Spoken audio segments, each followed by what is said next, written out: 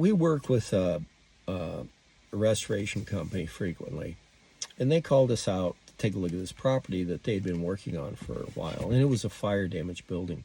They had gutted this house to nothing but studs.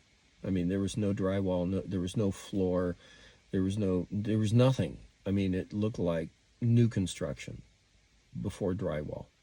The reason for the problem, the reason I'm talking about this is because there had been several remodeling efforts, and there were some issues with access. So there was a lot of mold in these little nooks and crannies, and the problem is that where roofs come together, you could get up on a ladder, but my goodness gracious, you're not, I mean, you just have no access. You can see it, but there's no access for it. I try to explain to the client that it's going to be very, very difficult to give you a cost estimate, because I'm going to have a crew come in here with a Sawzall, and we're going to look for things to remove to gain access to areas. And is there, and we want to get permission each time we want to cut something out. We don't want to just go willy-nilly and trust us.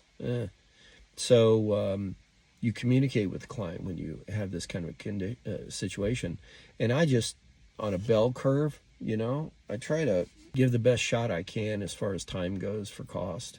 But sometimes, you know, sometimes you're not right, because you open something up and, I got to go there. So my point about talking about this is, when you see an unknown, you got to bring it up and you got to put it in writing.